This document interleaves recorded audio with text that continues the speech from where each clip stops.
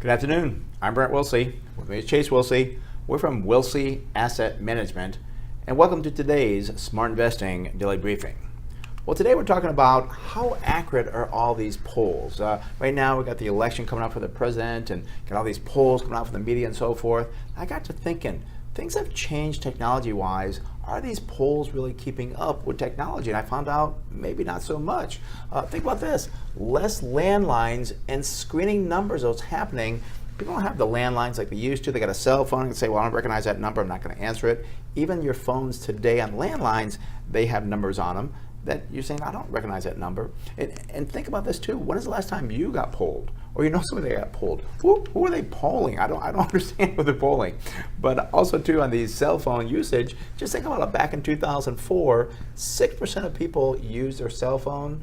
Now 2014, the most recent number I could get was 43%. I'm sure now it's well over 50% in 2016. Yeah, absolutely. And talking about the accuracy of these polls, I don't think the media really cares if they're accurate. They still love them, draws attention. Oh my gosh, Donald Trump's down 10 points.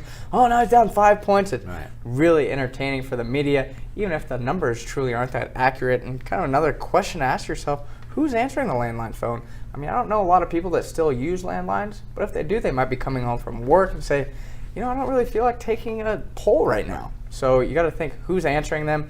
And as always, understand the numbers, understand the poll. I mean, who is using their cell phone and actually answering them and doing the polls?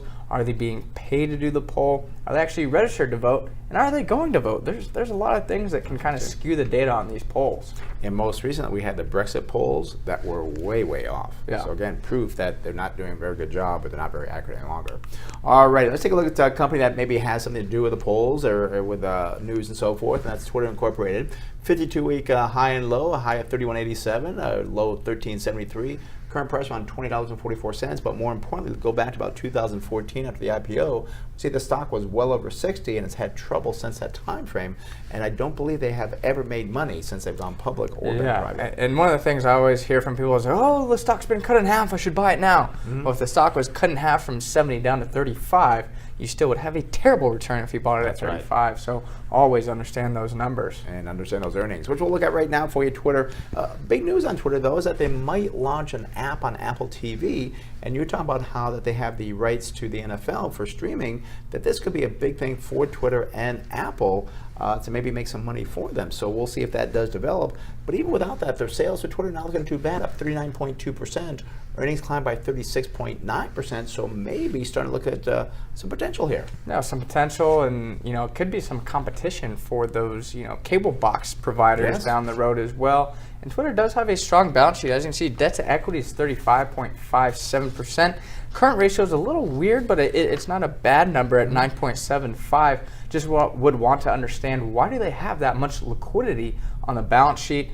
Maybe it's because the company is not making money right now and they want to have cash set aside. Now you can see going forward to December 2017, estimated earnings per share on a GAAP basis, negative 44 cents. So even at the end of next year, still not estimated to make money. Yeah, I want to wait for them to make money before we jump into it as well. So, all right, so I hope you enjoyed this edition of Smart Investing Daily Briefing.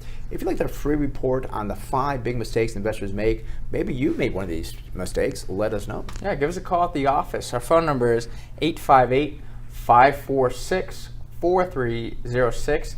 And if you've missed any previous Smart Investing Daily Briefings, go to our website, smartinvesting2000.com.